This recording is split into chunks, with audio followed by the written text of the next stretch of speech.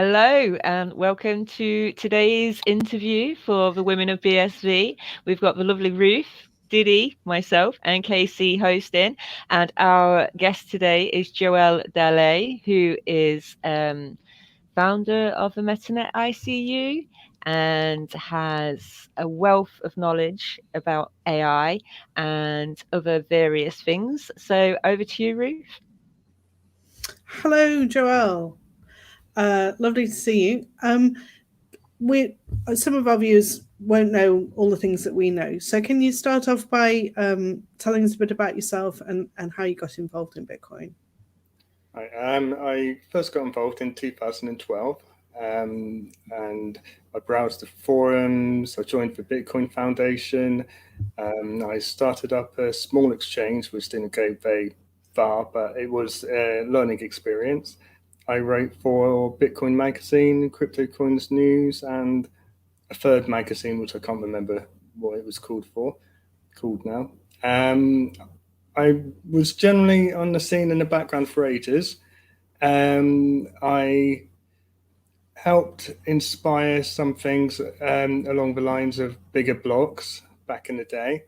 And then as we came along That's intriguing. with Gavin and Mike back in 2015 before Bitcoin XT, they both thought that Blockstream would never do the things they have done. And they thought Blockstream would definitely increase the block sizes. Yeah. But at the time, I had to spend some time convincing them otherwise, and that they needed to do something to rectify the matter.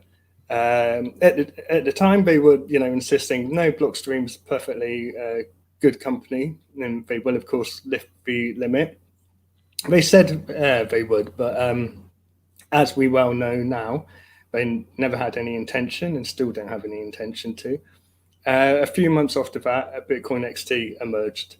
I do feel a bit responsible and guilty that Gavin got a lot of flack after that, and Mike did as well.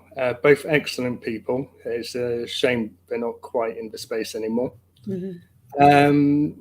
After that, I hung around in the background more until BCH came along. I helped moderate some Slack stuff. I was doing a bit of day trading at the time. I think everyone's dabbled a little bit in day trading. Everybody's dabbled, yeah. So at some point. I was winning and losing. I think overall I came out on top. But again, learning experience. Then after BCH, the BSV space started. During the BCH time, I started taking a bit more of a active role in pushing bigger blocks and making sure things happened. Then after BCH, kind of fell apart and split away from us. I realized I had to take my finger out, basically, and be properly active and frontline, so to speak. So I started the Metanet ICU membership club to make sure that communication and networking stayed strong, and so that the opponents against Bitcoin couldn't smother us with the intelligence blanket, as they have done, which the information blockade. Through the Metanet ICU, we've created a Pareto effect, a Pareto, that's the right word, effect of a node in a social complex where the group of people within like the Metanet ICU, yes, basically like a hub where the communication carries out one or two hops and then spreads to the entire sector. So if anyone's trying to say anything wrong, or they're just mistaken, or whether they do have purposeful malfeasance intentions, and then we can correct it, and we can fix it, or we can block bad information and counteract it. And through that, we've gathered key businesses and key people in the space.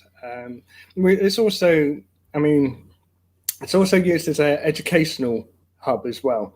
So over the years, we've helped teach people things that Bitcoin can do, but not just about Bitcoin, things around Bitcoin, like the philosophy of Bitcoin. The reason why Craig, well, it's mainly Craig, I'm going to say, I can't take half the main credit. teacher, yeah. It's with good reason. Yes, with very good reason. But ICU actually stands for literally ICU. And the reason I chose, as in I, and the Metanet, as I don't know, for the readers, not readers, listeners who don't know, the Metanet is like a secondary internet type thing, which will replace the current internet. And the whole word in whole, Metanet ICU, is Metanet ICU. So you've got the meta, which comprises of anything, the net, and the ICU. So that anyone practicing crime or criminal acts and such, or because a lot of the crime things nowadays is follow the money, how people solve it. So the Metanet ICU is a kind of, Metanet ICU. So it's a big play on words, but the other way of deciphering it is International Craig University. Oh, perfect. John, let me interrupt you for a minute, because you brought up quite a few interesting issues there. So one is, I had no idea you were so pivotally involved in the creation of big blocks, and just the general sort of keeping everything intact as Craig did, by saving us from SegWit and all the rest of it. So well done there. I just didn't know that. That's cool. With BCH, I actually initially started talking to Jihan Wu and told him to talk to Craig, and did the initial chatting to both Craig and Jihan Wu, and then it went off on its own accord, and I didn't get further involved. But I also regret that as well, because of the disaster which happened with BCH. But this was way bigger than one person, wasn't it? I mean, it wasn't like if you hadn't have said this, it wouldn't have happened. I mean, it was always destined to go that way, wasn't it? It feels to me, with hindsight, there's almost no other way it could have happened. It's a shame that we had to have the chain split, but like, there are so many bad actors that no one person could have. The best that they could have got out of it, I think, is the BSV chain. That was like the best possible outcome given the amount of bad actors. Anyway, that's just my opinion. But but also about the Metanet ICU, I agree with you. It is a hub, and it does feel a lot like the center of the network to me. Being a member of the Metanet ICU, it's a very, very nice place to hang out. It's like a big family. It's like Craig is the father, Joel is the kind of the uncle, and we're all the little children learning from the big dad and the uncle. Can I just ask quickly, is Casey, are you a member? Casey, no, but she wants to be, and she will be. We'll have to sort that out afterwards. You should totally join, Casey. I absolutely am joining. I tried to do it yesterday, but did not get that far. I was gonna pay in fiat because I don't want to spend my BSV yet. Can you guys have it in pounds or euros or? We can take payment through that, but I'll throw you a guest membership first of all after this, and then we can take it from there. I'm really excited to dive very deep into that content and everything you guys are doing there, because my entire business model is to give people an introduction to the Metanet, and I speak like Bitcoin has been taken back from the globalists that tried to destroy it, and it's been restored in the ticker symbol of BSV, and the entire new internet is being built on top of it. So let me show you, what's going on. So I need all of that leading edge knowledge straight from the horse's mouth like that I can help disseminate. I'm 100% on the team ICU. Our entire economy is in distress, and we need an ICU right now to pull us out of this, metaphorically. We do. And and we have our knight in shining armor. Yeah. Yes. It's so much more. It's you were referring to Joel's knight in shining armor. Well, being the knight in shining armor that's pulled it all back together again, and rescued BSV Bitcoin from the evil kind of overlords. Yeah, in a sense. Call them whatever you want to call them. I like to say say the deep state, it's here, it's on our doorsteps. Literally, they're about to knock on our doorsteps. So to revoke their power, to me, being involved in BSV is the most, effective digital boots on the ground. The sanest way to go, definitely. Yeah, to help to take that power that they have away, because it all goes back to the money. And just to say as well, the Metanet ICU is not just a great sort of information hub, but Craig is giving us all a classical education as well, isn't he? So he's really he's almost stepping through all his degrees with us, which is absolutely great. Only a fraction. Yeah, okay, a fraction. Yeah, who am I kidding? As you well know, with Bitcoin, it takes quite a few disciplines to understand it to a greater extent, and Craig is still continuing to study so that he can understand the applications for it down the line as well. So it helps to know all these different disciplines, because then you get a better idea of applying Bitcoin, where it can be applied to better society. Is, as Casey said, I don't say it out loudly much at all, but I also am of like mind. But there are powers, let's just say, which have ulterior motives on the world, and their agendas may not align with being basically, and I think that Bitcoin kind of tripped them up a bit, to be quite honest. But then it tripped them up, but then they thought they actually trapped it, because if you know the Chinese proverb, death from 1,000 cuts, this is partly what was done to Bitcoin with all the 1,000 volts years ago, which this kind of started after the CIA meeting with Gavin. Coincidence, maybe just a coincidence, but the death from 1,000 cuts, the information blockade and information smotherage. So they were taking all the different channels where people were communicating and talking, and I don't think, I mean, you guys know how important it is to network and to communicate, but a lot of people out there don't realize, and they come to the core controlled areas, or the MasterCard controlled areas, some might say, and that's where they get the information from. And it's a lot easier to give people initial information than it is to change their mind. So once they've learned all the wrong things about Bitcoin, it becomes a lot harder to change their mind and teach them actually that's wrong. Especially if they've made money so far. Yes. Oh yeah. Especially if they've made lots of money, which I'm going to flip that and say, and even more so, if they've lost money on BTC, then they don't want to go, oh, I've been wrong. And if they've made money, I think it's a little bit easier to switch over. But I do agree with you. It just becomes even harder if they've lost money. Yeah. I mean, that's people looking at it in the wrong way, though, isn't it? You know, looking at it as a trade, it's something you can trade to make money out of, instead of actually looking at the technology itself and the underlying features that are within it. So, and actually knowing how you can apply that to, sort of business and enterprise and things. I mean, the security side of it, I mean, like, there was a list that I was looking for, which was all the uses of Bitcoin. I mean, can you spin some off the top of your head, Joel? Yeah, I mean, there's a lot of uses where I wouldn't be able to stop the list, but initially, data storage, data information, data processing, because you've got data and you have information, and information is data brought to be useful. So you could store loads of data and then translate that into information. Some of the useful low hanging fruit, to say, is simple automation. Simple automation might be like AI bots. And when I say AI, I don't mean like artificial general intelligence.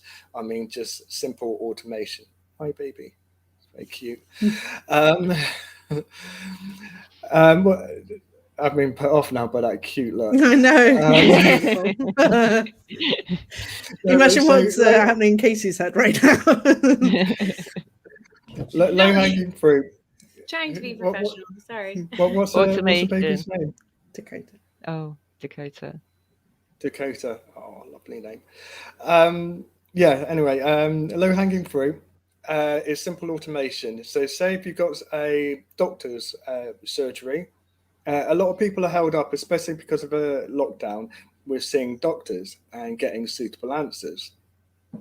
In some countries like India, it's even worse, where people have what I would call relatively simple diseases, but because they can't ever see a doctor, their diseases get worse. If they were able to see doctors and get answers, then they would be able to get treated and be able to get the tablets and prescriptions and whatnot. One of the simple things that Bitcoin can help with is creating automated systems whereby people can talk to an automated doctor and get responsive answers. And interestingly enough, you can create weighted systems. So say if one answer is getting more interest, more input, and then doctors might try and come up with more answers for that. More, it will say like if an answer's a question is getting more input, but it's not providing the right answers, then doctors will be able to see that. They'll be able to use the Bitcoin system to see that, and not just doctors locally, because you've always got to ask yourself, what can Bitcoin do what a simple database can't do, or a simple centralized central server? And that is that you get doctors globally being able to see the questions and answers which people might be asking, because a key thing with health and medical care is GDPR, and it's difficult enough for a doctor from say protection.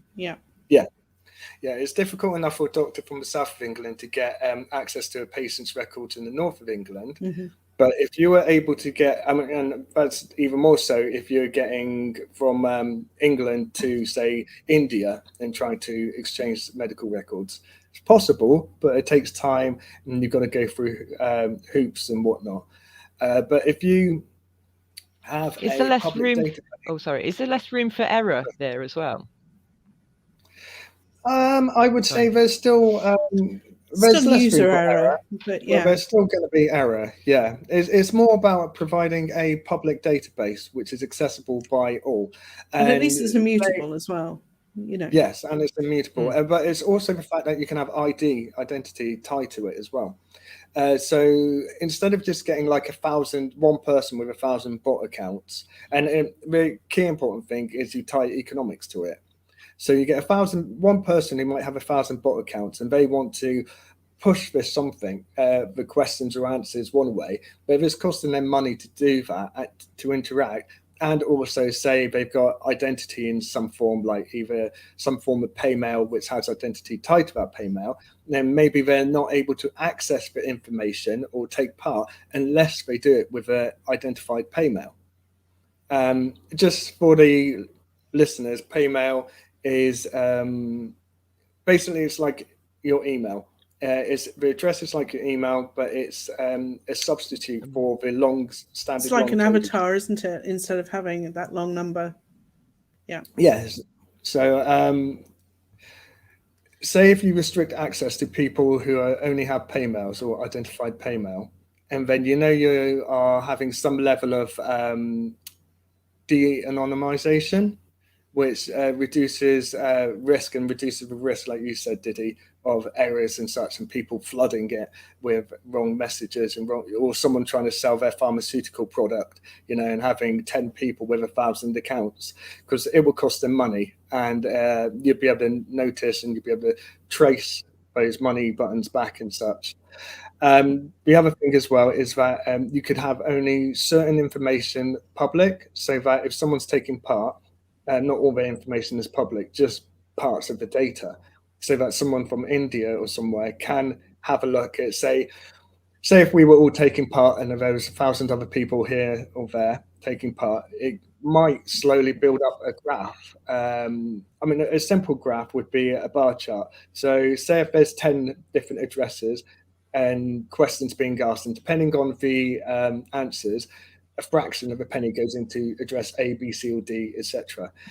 As these addresses slowly accumulate fractions of a penny, a bar chart might go up, and which corresponds to answers and such, and which will also, the number of transactions will correspond to the number of people who have answered it as well. So eventually, over time, and number of people, you will have like bar charts showing people's answers or health or well-being or what they're actually interested in finding out about, or what is the hot topic of health or whatever is going on. That information can be then used medically wise, and also importantly by other people. So if you're saying, like, someone's asking what's a good solution to headaches without getting paracetamol and whatnot, and then other people are providing answers, one answer might be weighted a lot higher than others. And if that's a public database, then other people will be able to see and go, okay, well, this seems like from reliable known people. If a platform, because it is also a combination of using a server and the blockchain, because and just the number of users, the sheer number of users. Yeah, the sheer number of users, so that you're not limiting only to people in the UK. Yeah, you can have users from all around the world contributing answers. There might be like some kind of herb in China which people commonly use for headaches or for sore foot or something, which we in the UK or people in the US have never heard of. Yeah, and it's all collecting global data and having that data and turning it into information. And I think also, Joel, it's that finding the needle in the haystack as well. So there are lots of people with really rare conditions, but maybe there's 100,000 of them across the world, but in any given country, it's really rare. So I think it when it gets to scale, it's going to be great at being able to assess, what are the treatments that work in these really rare conditions as well. And so it's that collaborative effect, isn't it? Network effect. It's going to be amazing one day. Interesting thing as well is because it's an immutable database, but not just that it's immutable, but that it's like a recorded library, so to say. Once we start collecting answers to certain questions, health matters, not just health, but other issues as well. And then down the line, we will be able to form new questions based on the answers we've managed to get from this global database. And we will be able to define questions which we might not have thought about before. So this reminds me of like predictive linguistics, where there's like a psychic message that's coming out of the collective conversation people are having. Can you guys extract those types of things as well from this data? I would actually say yes. Down the line, you will be able to extract new questions which people wouldn't have thought about before once you get the collaborative answers together.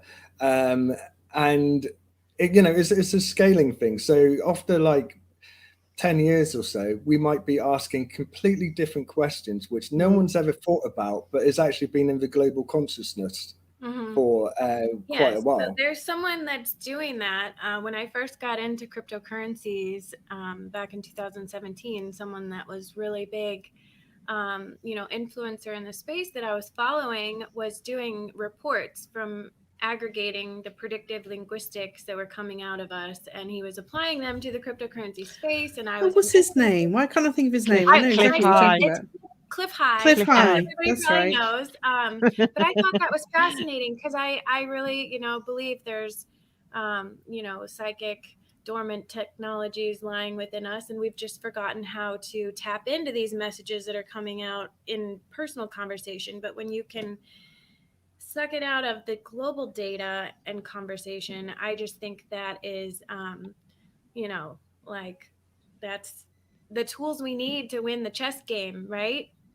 That's the kind of stuff. Yes. It is. Although on a flip side of all this, so I do worry a bit that when blockchain starts getting applied to everything, I do worry a bit about people misusing it as well. I was actually thinking about working on a sort of a health app myself, along the lines of what you're talking about, Joelle, and letting people conduct their own experiments, their own N=1 experiments on themselves. I don't mean experiments exactly. I mean logging their own medical symptoms and treatments that they were trying and so on. But when this whole pandemic thing began, I began to think, I don't know, does this suddenly begin to sound sinister? The idea of putting your health information into a blockchain app suddenly has different overtones than it did a year ago. So whatever we do, we're going to have to be quite careful to make sure that we keep that data under the control of the user, which is one of the great things that BSV is best at, isn't it? But it needs to be sort of handled well. Isn't that what EHR data are about, really? I mean, that's kind of what their whole business model is all about, isn't it? This you as the patient looking after your own data and you being in control of your medical records, and in that respect, so everything is all in one place, you own it, and then if you have any symptoms yourself, you would add to that. I'm sure that's what EHR data is all about. So what other application? I mean, health is a great one, but like, I mean, it's such a big one as well. But what else is kind of on that same level? I mean, well, just I'll say one more last one about health thing, and then I'll say another one is scanning. If you have documents, right? So humans, like, say if you're trying to find a heart murmur or a cancer, something cell or something tumor, or something similar. In the old days, and still a lot today, doctors will look at X-rays and scans of your body, and they will look through numerous ones and try and go, yeah, that's not right. There are some places which now have machines which will scan for you, and the machine will say that's not right, and that increases like the capability from a doctor, who might get 80 to 90% up from to like 90 to 95% of accuracy. But using the blockchain technology and putting data in a way, and then again, it must be done in a way where everyone can't see it. It's got to be done, that's got to be more protected. Scanning that with data from a global database will up the percentile accuracy up to 98, 99% is my prediction.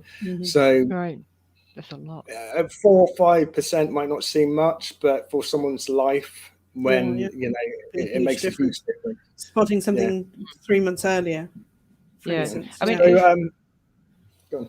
Sorry. Well, I was going to say, it's like Ruth was saying about, I always thought putting the NHS was probably a good idea, on the blockchain. But then it's like, well, does that sound a bit sinister now as well? But actually, no, because the applications are still there for helping to save money and to use the right medicines and to actually not make mistakes in predicting illnesses or diseases and things, because you've got more accurate scans, etc. Diddy, though it depends how you use it, because I've been sent a leaflet in my letterbox when I just came to the house now, talking about the NHS app, and I was reading somewhere earlier today that's going to be integrated with the track and trace. So this could be a huge force for good, but it could also mean that you have to show your medical qualifications in order to enter any building from now on, So which is where it really gets blurred. But on the upside, though, with using BSV, for instance, is that you've suddenly you've got now a secure internet, haven't you? So you can only hack one person at a time. So there's not this honeypot of data that can all be attacked and stolen. So it wouldn't be it's all compartmentalized per identity, per private key, and so on. And so there's that, isn't there? That aspect to it that does definitely make it more secure and more centered around the user and probably controlling, more private giving as well, permissions. in a sense. Yeah, but it all this still requires good humans, and I think that's what Craig is trying to sort of teach us in the Metanet. Actually, is how to be a good human, and that's like something you can't skip. It's not enough to be a technologist. I ascribe to the cyclic nature of science and war, which is that you have scientific advancements throughout history, and whenever you have, so I'll start back a bit. You have resource limits, depending on your level of science. Societies reach the limit of which whatever resource they can get, and then they develop new science so they can get more resources. Often when they develop new science, it's turned into tools of war. And the science is just a tool. It's not necessarily built for war. Some are, but a lot isn't. It's just turned into weapons of war. With Bitcoin being a tool, it is a tool of what I will say light, because it does help shine a light on things and be used for a lot of good.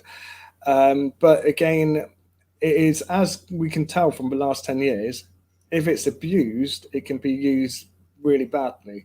For drugs, people smuggling, weapon smuggling. I mean, money laundering.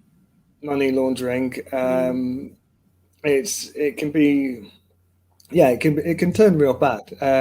But if used right, and it needs people of light and good morals to use it and to build on top of it, so that the tool can be used properly. If we all just sit back and go up, it's not going to happen. No. And we're going to leave the next generation to a world of shit. Excuse my language. Big time. It's a huge point, that. Yeah. We are. I've said it before in Slack ages ago. We are a critical point in human evolution, where in this time we have the opportunity to change the system, because it's not just money, as you all well know. A lot of people think, oh yeah, it's money, it's going to change everything, but it's more than money. It's information, and money is just a subset of information. And the information that Bitcoin can be used for many other things, like political tools. So you were saying about what other things? So other low-lying fruit, political tools, where you can have voting systems, not just voting systems, but political parties raising money on Bitcoin, using the funds, not just Bitcoin. It might be like a fiat substitute on top of Bitcoin, US dollar or whatever. But raising the money and showing that they're raising the money, showing where they're spending the money, and this in turn inspiring honesty and truth, so that they will have votes. And then with those votes, winning power, or influencing other parties with more power to use their systems of transparency and light, and pushing the world little by little into a more honest, transparent world where we can all be proud where our kids grow up in. It's for the again, with a political thing, that you could have one side using BTC and the tethers and stuff, and using it for corrupt things. Sorry, 1 second. My phone going. You can have one side using it for corrupt and bad political reasons, like BTC and such. And then the other side using Bitcoin properly, BSV, and showing where the votes are coming from, showing where the money is coming from and where it's going to. And then, if you have a political system, a political party saying that we have this political system where you can see the votes, you can see, they're coming from identified people, and these votes are real people. They're not lorries driving in with mail-in, whatever, 1 hour before the votes up and everything. There's a lot of shenanigans that goes on in voting, and in a lot of countries as well. So would it stop all fraud in that respect? No, would you be able to stop all fraud in that absolutely respect? not. Okay. Because people can still get paid in gemstones and hard material. Okay. So you can still pay someone for their vote. Yeah. Yeah, you can still pay someone for their vote.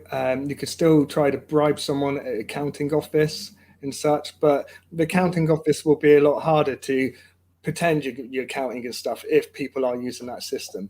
But at least it would be harder because they wouldn't be able to make dead people vote and stuff. Yeah, it would be a lot harder. You could still possibly create people and try to create, lots of sock puppet people, or as Diddy said, buy people's votes. But it would, progressively get harder to cheat the vote. It'd be more expensive. Yeah.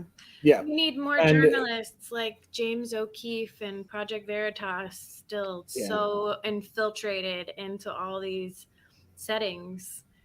The good humans using these things. We need a much better credentialing and hiring process with people that are involved in these,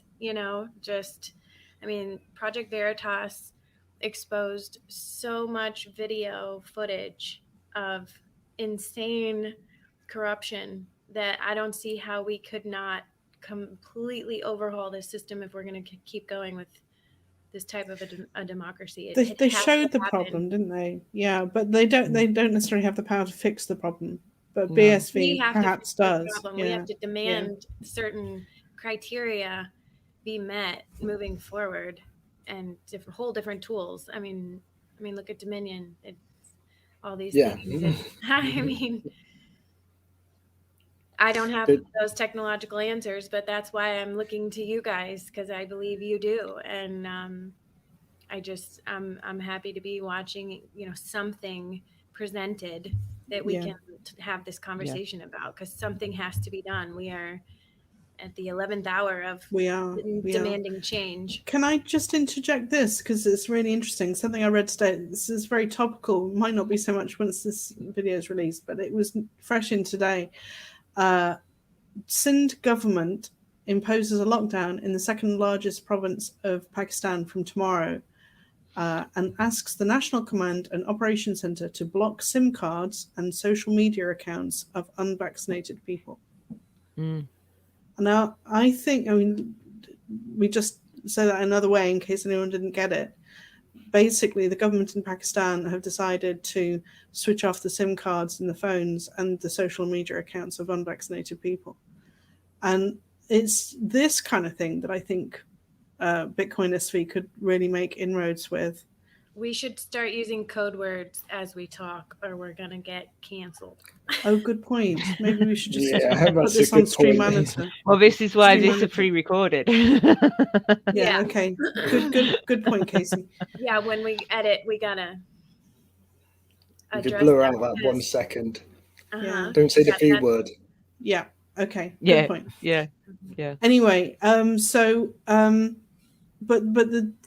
what occurs to me thinking about that is that, with the likes of Twitch and potential, I know Craig's talked about in the past using phones to create local area networks with each other, hasn't he? And this is a bit way off yet, but just with the peer-to-peer nature of Bitcoin SV, we could potentially be providing a real lifeline to people. Yeah. It is possible to do communication like voice over internet protocol packets within Bitcoin as well. No one's explored that yet. Is that Bitpost? Is that what you're showing me on Bitpost? No, I'm not sure. What was it? A post on? No, Bitpost isn't. They do a recording. I don't know actually. I know they started doing recordings on chain. I'm going to have to remember that now. You say, have a quick look, but I can't remember. That's like the start of it. You can, if you can record your voice and put voice recordings on a information relay, and then you can do voice. You can do communications like this eventually. So you'd have Telegram, but it would be all on Bitcoin. No, all on Yeah, Bitcoin. not just Telegram, but like Zoom or Zoom or Skype. Yeah. And the thing is that people might think, oh, won't it end up costing a lot of money? But you could do it with tokens. Tokens built on top, so you're spending a steady stream of tokens, and you could limit the. I mean, you could sell the tokens to sell people airtime, so to say, or you could just have it as a private network and issue tokens only to those who part of your private voice network, and then let them use the program.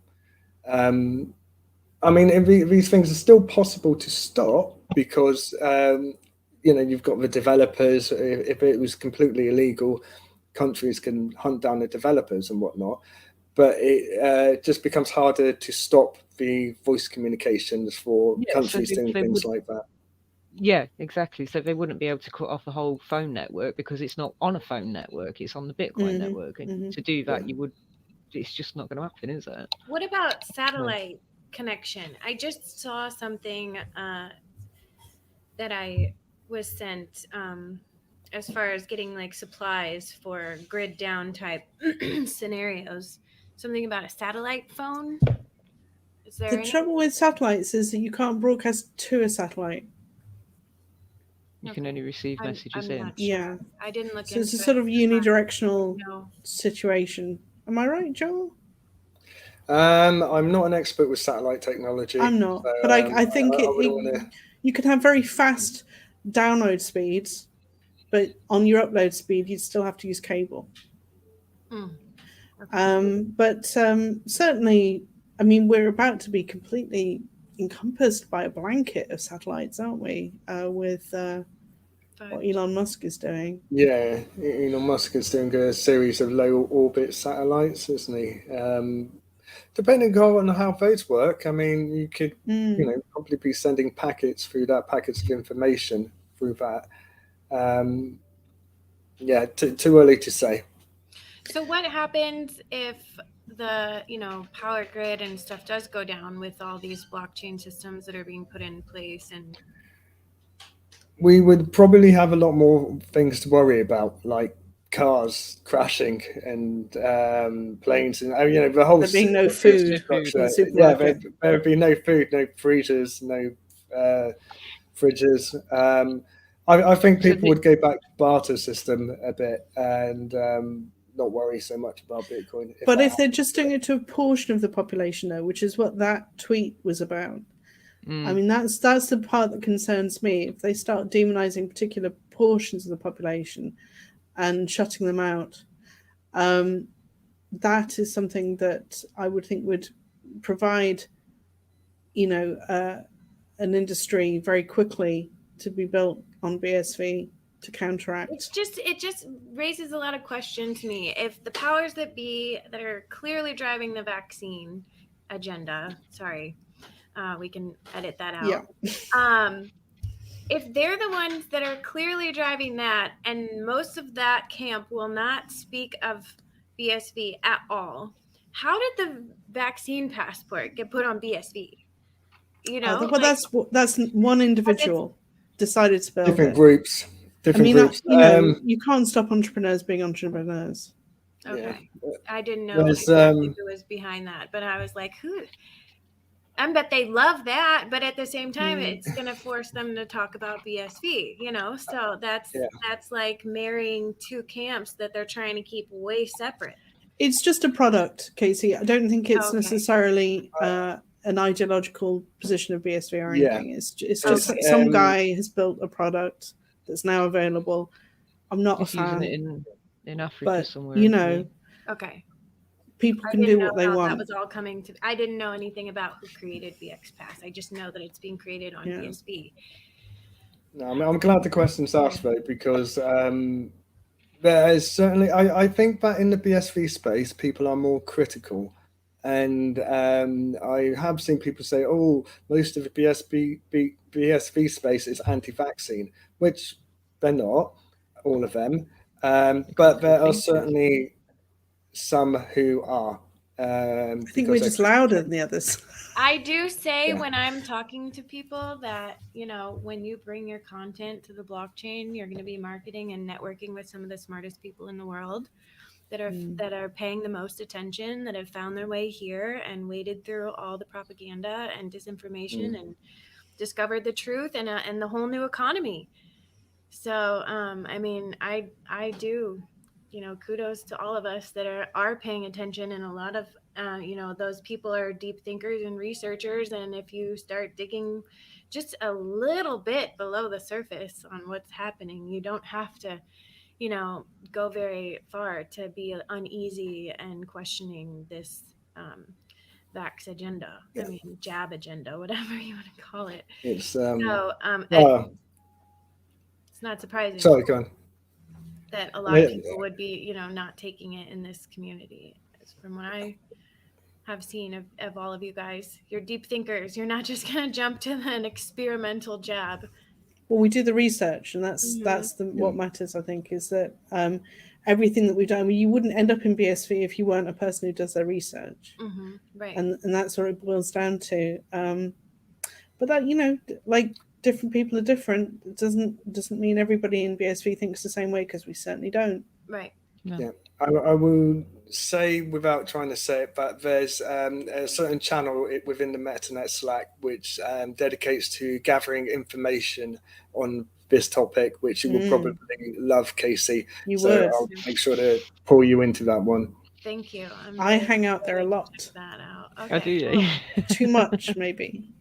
Awesome. I'm really excited to hear that. So I'm building a platform that I think would be amazing to, like, kind of network with the Metanet community as well, because it's going to be, you know how like Metastore is a directory of all the apps that are being built on the Metanet.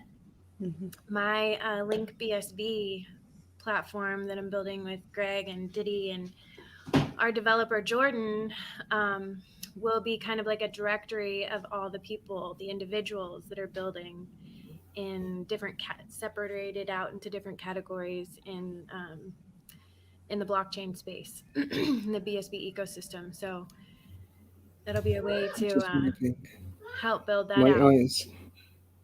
Sorry, I just realised my eyes look like I'm staring off into the corner when I'm actually staring at my centre screen.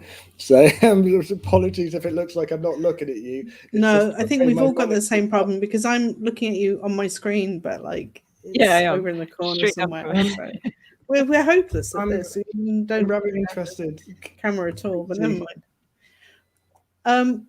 Well, I mean, it's been a lovely long discussion. Perhaps we should be wrapping it up there, because that was fascinating, though. I wanted to ask you about Metanet Land. Go. Oh yes, of course. Can you explain Metanet Land to people? Because I love this game. I know I haven't played all of it, but I do think it's lovely and it's so enchanting, and it's just like going back. I don't know, like going back to my teenage years as well, when it was, you know, these sort of like fantasy Dungeons and Dragons, take a left or take a right. Yeah, I loved it. I think it's lovely, and it's come on such a lot since I first saw it as well. So I haven't actually done much with it in a while. I really should, but it's something which I've made on the side a bit. It's so basically it's like the old fighting fantasy books where you read a page and then you go west or east or you take an action, and I made it so that I could experiment a little bit with the microtransactions. We're putting data on chain, we're putting music and audio on chain, and also just see what I could do. And it's it's an on-chain game. The data's all contained on op returns.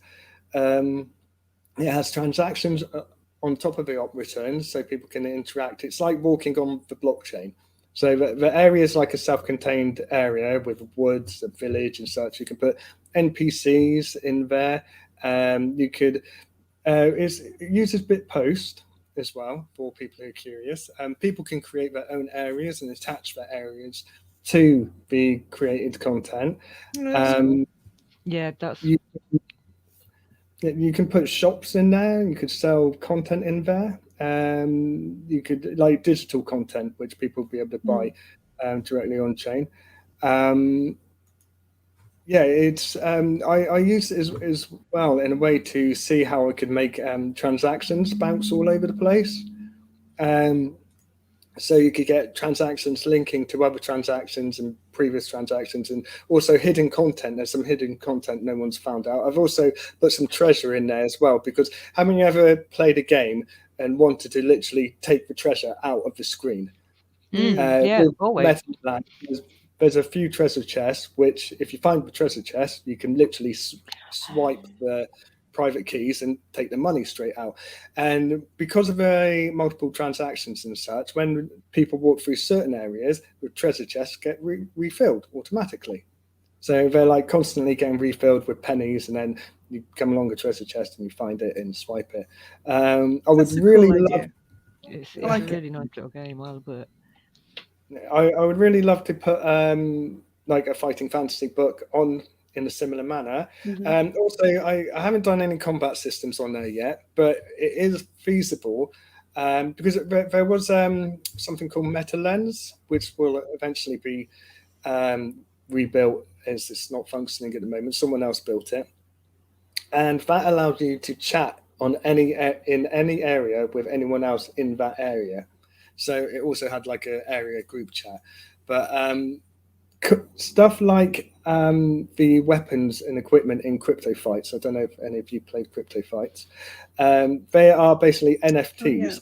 Things like that. If you use the run technology, it could be carried over to a player, and a player, if it's done right, you could have a phone app which allows you to do combat and such, and use the same weapons from crypto fights whilst walking around this game. But as I say, it's just a little experiment to see what I could do. No. This is actually really interesting, because I was talking to Rory about this the other day, because I use this thing called VTag, and basically it's like a 3D avatar that will mimic my speech, and I do that for stories for my niece. But what I was saying is would she be able to take her character from crypto fights and be able to do something like that herself, or take it from crypto fights and put it into another game and be able to do that? So you've kind of just answered that question. Yes, it is very probable to be able to do it in the future, which I thought it would be. So you could do that now. Not now, but I mean, you could feasibly do it now by taking the character out. You could do it now. You could take the items. You could take the items and not the character, because the character is saved on their server, but the items are NFTs, which use very run software, run technology, which you've probably heard of. But they're basically jigs. So you could create another game. Jigs. Got you. Yeah. Okay, sorry. Yeah. You could create another game which recognizes those jigs, and then adds the same attributes to your character or whatever. So you'd have different characters in different games, but be able to migrate your weapons and equipment. Unless someone, I do believe there's a way to create. You can do 3D NFTs, can't you? So there must be a way to. All you're doing is exporting that character out. I mean, it doesn't need to have to probably be able to do all of the moves. Maybe, but there must be somewhere being able to extract that out again.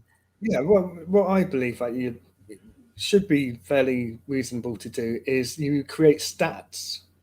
So you're not moving a character, you're moving stats around. So say like you've got your base stats of health, hit points, strength, stamina, dexterity, whatever.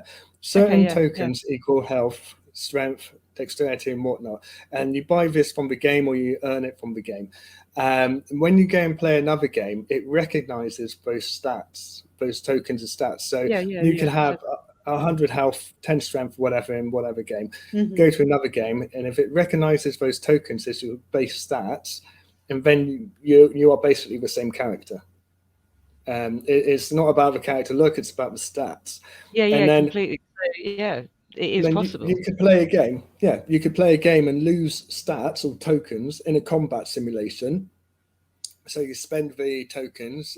Maybe you lose a match or something, so you lose some of those tokens as your health. You're losing the health, and then you go back to another game, you've still got the same amount of health and such. And if people want to monetize things like that, you basically sell health, you sell strength and dexterity. People could sell their health and strength and dexterity to each other.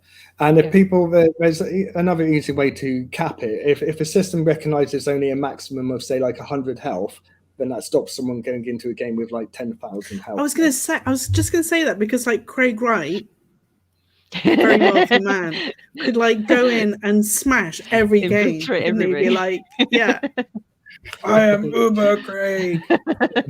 you just have a capping system. So your server only recognizes strength to a maximum of 20 or whatever. But yeah, that's it. Your stats are different tokens which can be brought and traded or brought from the game itself. That's really exciting, though. No, it is. It sounds awesome.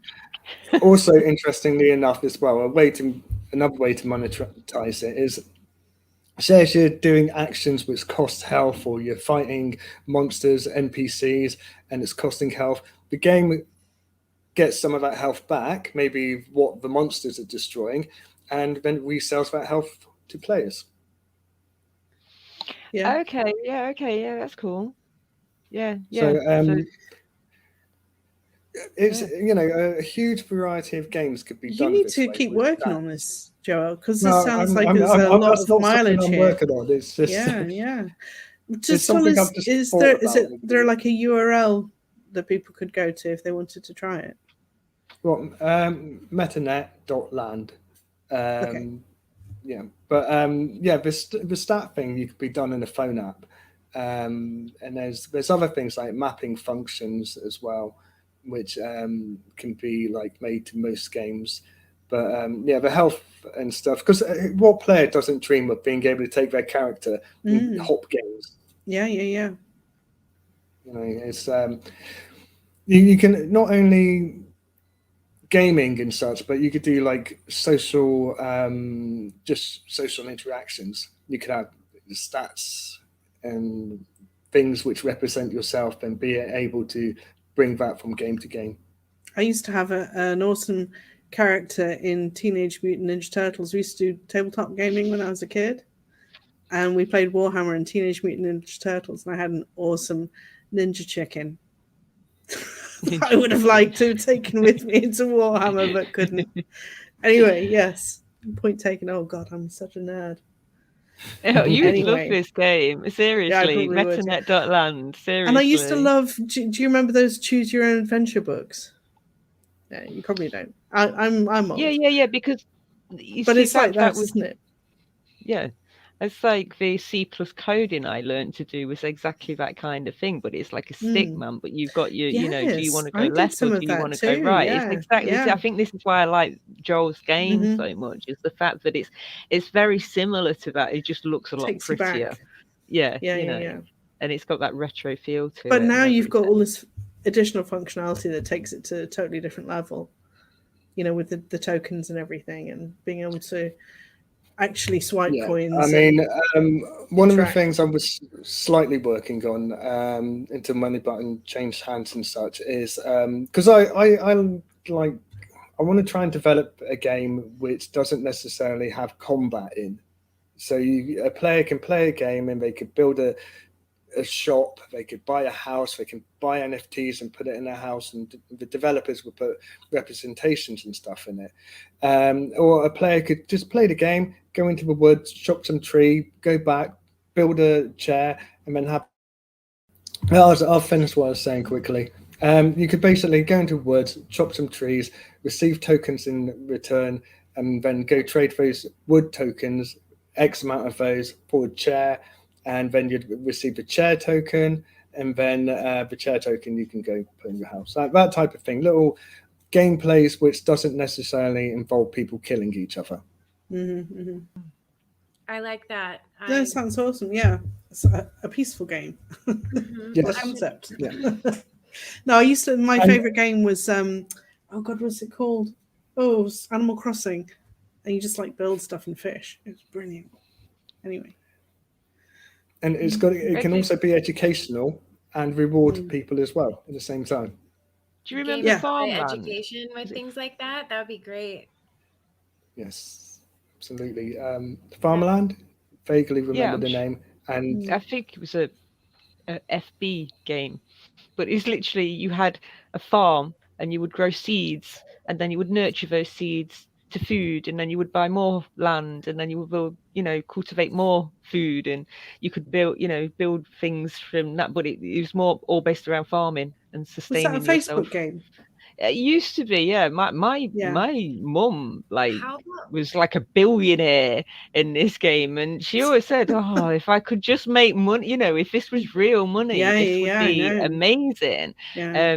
And this is the great thing about gaming on BSV, is the fact that actually that money is, it could be real money. Yeah. Totally. Sorry, I disappeared then for a bit. So, well, we all froze up then. So I don't know, we angered the internet gods or something. So I'm wondering whether we should maybe quit whilst we're ahead. Yeah, Joel, I just have one more question. We can totally cut it out if you want to. I'll preface that with this little buffer here so that if you want to cut this part out. But I just had a question, Joelle. I'd love to, talk one-on-one and go deeper with this for sure, because like I said, my entire communication with people revolves around an introduction to the Metanet.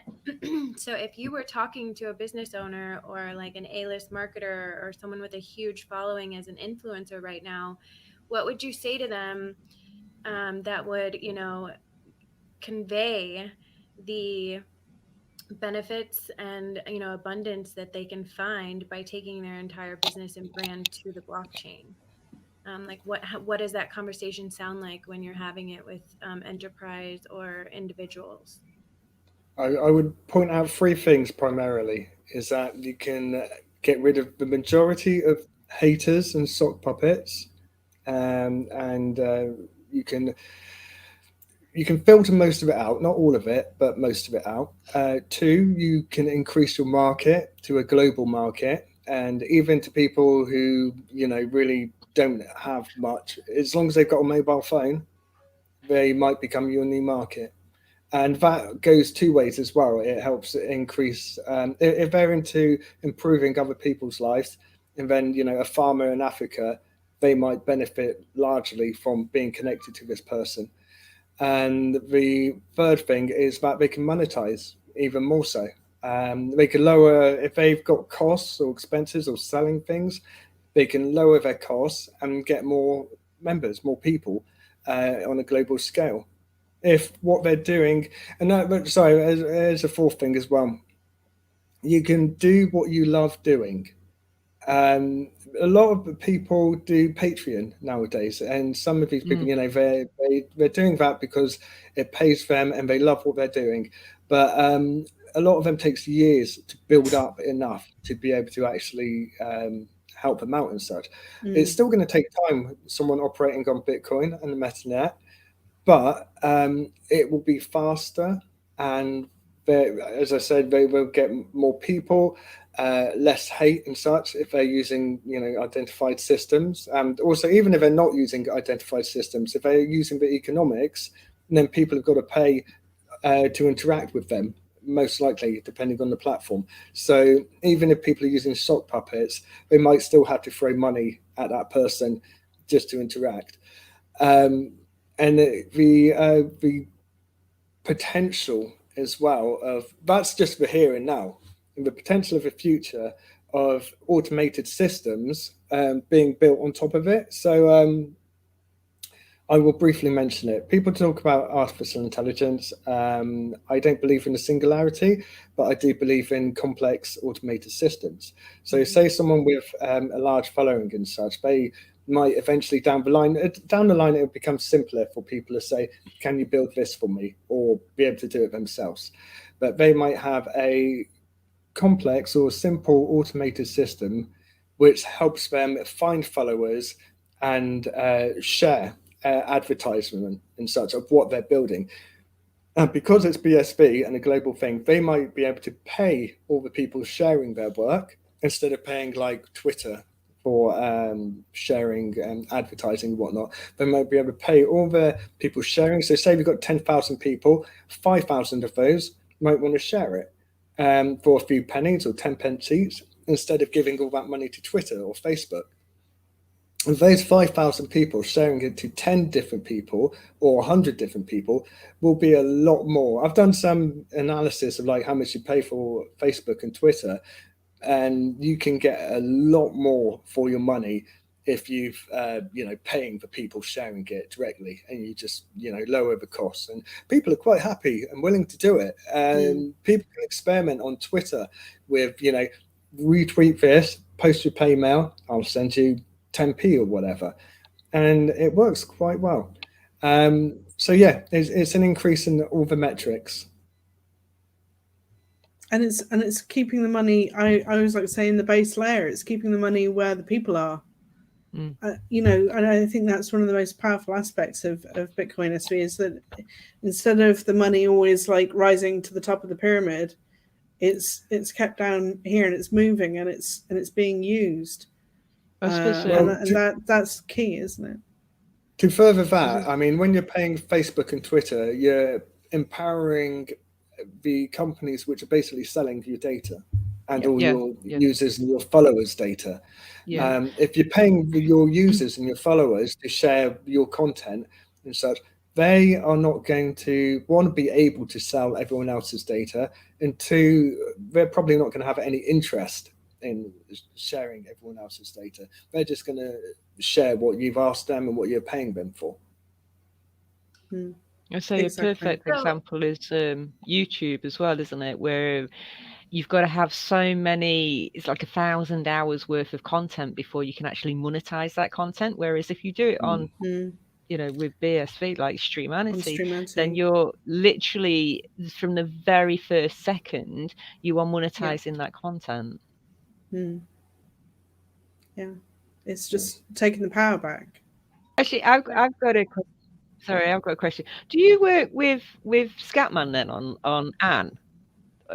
Like, because I mean, obviously you're AI, but are you completely opposing kind of ideas? And this doesn't have to go out there. No, absolutely not opposing. Ask him one day where he got his original idea from.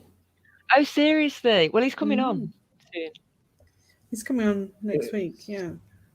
And I'm doing for free too with Radic as well. So obviously Radic's working with Scat. So it's you. It was you. Maybe. There's a few things in the space I stay quiet about. That's one of the things as well, is that I don't talk as much as I should, and I've been trying to get out my own little bubble and talk more as well. So Casey's saying all that stuff together. That's what I'm so grateful for you ladies and the women of BSV. Same here. I didn't want to do. We have a lot more power together. Yeah, definitely. So. And the other thing we're doing, Joelle, is we're teaching each other new skills as well, which is cool. So, Casey's going to do some masterclasses in marketing, I think. So we'll have to, all take a leaf out of her book when she shares some of it in a video. So, I mean, that's part of why we're here, because we've all got really diverse skill sets.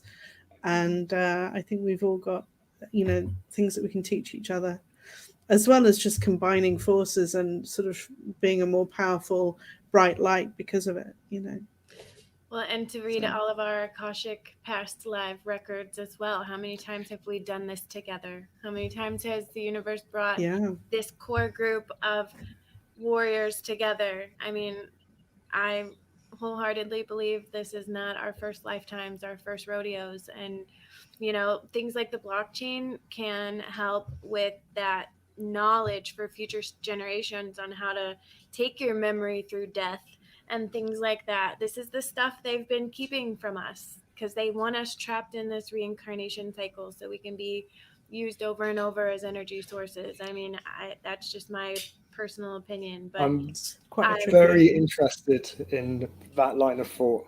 Yes, I know a lot of people are, so it might sound crazy to some, but there is a lot of information in sources that have been taken from us, like in the bottom of that Vatican and things like that. And the blockchain really restores that hub of the Library of Alexandria. They can't burn and take from our, not only us that we're putting on, this content back and restoring it, but the future generations. I mean, I can only download her with so much, so she's going to need to have a source of truth to be able to go to when mama's not there to help. So I'm just really grateful for all the hard work, and I really look forward to learning and growing from all of you, and especially the Metanet ICU. So thank you again for that offer, and I would love to take you up on it as soon as possible.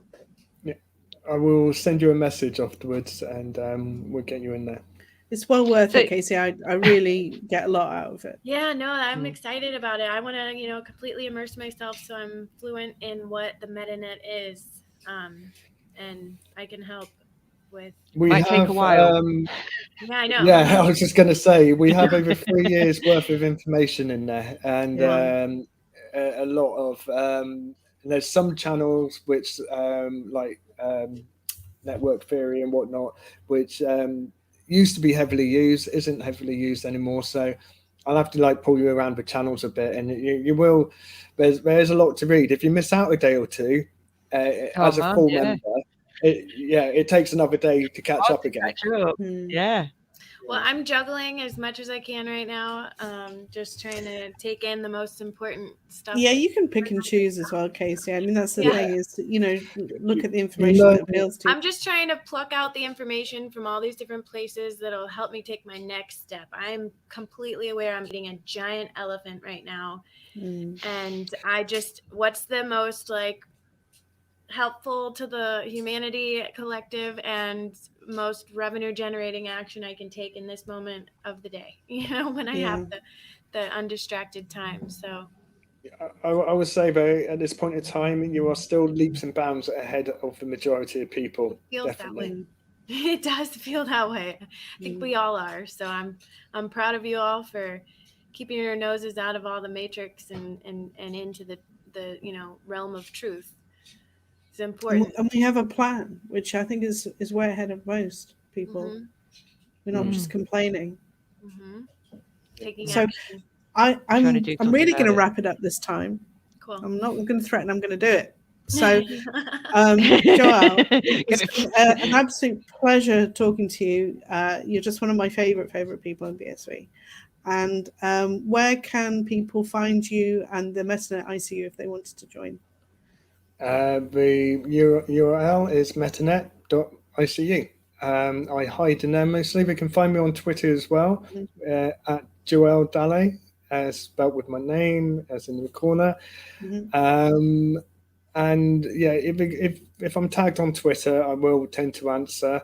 Otherwise, if anyone wants a proper chat and conversation, because I won't have a long chat on Twitter, I find it tiresome. You'll have to be in the Metanet ICU. We do have 3 guest spots, with single channel spots.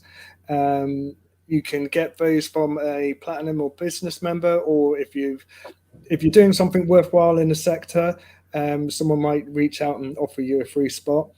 Otherwise, you can pay, which is £15 a month as a single channel guest, and as a full member, it's £25 a month. If you pay for 3 months or a year, whatnot, and then it's slightly discounted.